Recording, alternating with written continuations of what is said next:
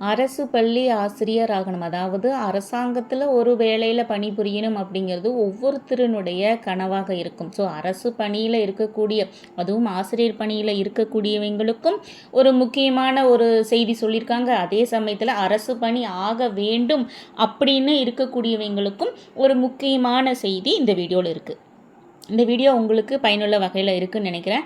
நம்ம சேனலை இப்போ தான் ஃபஸ்ட் டைம் பார்க்குறீங்க அப்படின்னா, நம்மளுடைய சேனல் பிஜிடிஆர்பி யூஜிடிஆர்பிக்கு படிக்கக்கூடியவங்களுக்கு வகையில் வீடியோக்கள் போட்டுட்டு இருக்குது. ஸோ பிளேலிஸ்ட்டை செக் பண்ணி பார்த்துக்கோங்க, சப்ஸ்கிரைப் பண்ணிக்கோங்க, உங்களுக்கு பயனுள்ள வகையில். அந்த 2 முக்கியமான செய்திகள் என்ன அப்படிங்கிறத பார்க்கலாம் வாங்க.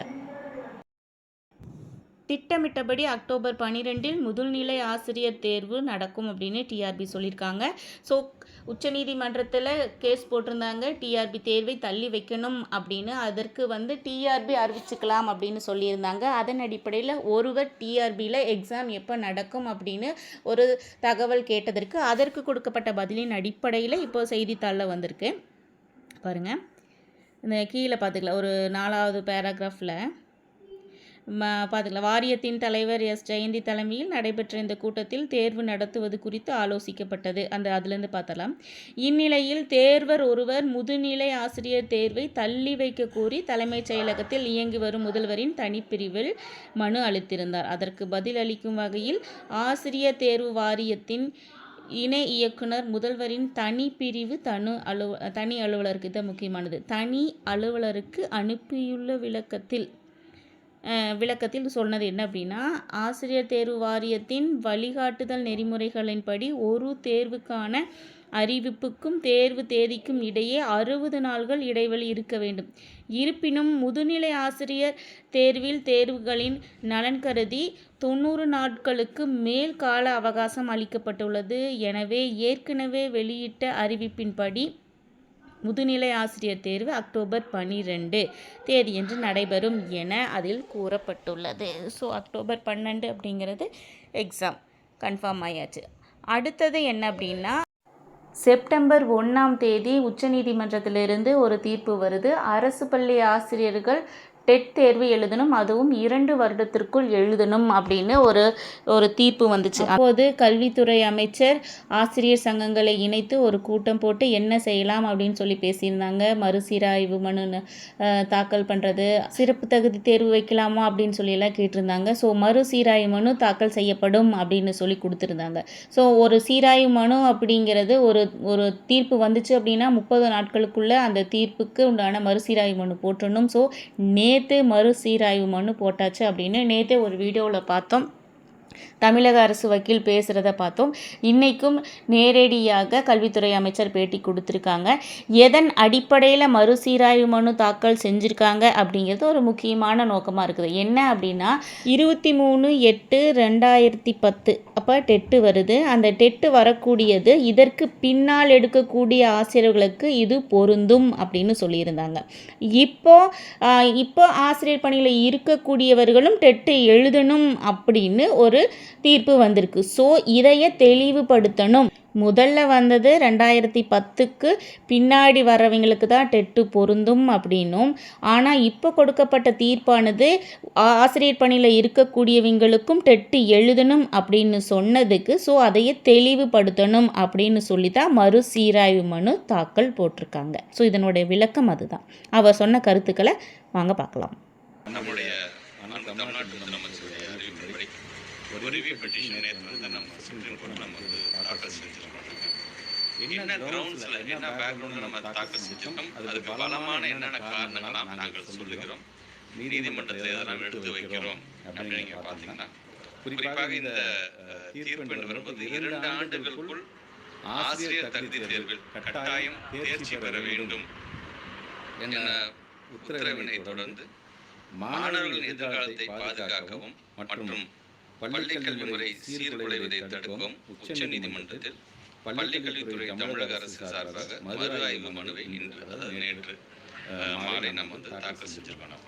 குறிப்பாக என்னன்னா, நம்முடைய ஆசிரியர்களை பாதுகாப்பது ஒரு புறம், மற்றொன்று லட்சக்கணக்கான மாணவர்களை பாதுகாக்கக்கூடிய நம்முடைய கல்வியில் எந்த ஒரு தடையும் விடாமல் இருப்பதற்கு பாதுகாக்கக்கூடியதற்காக இது ஒரு காரணமாக நாம் சொல்லப்படுகிறது.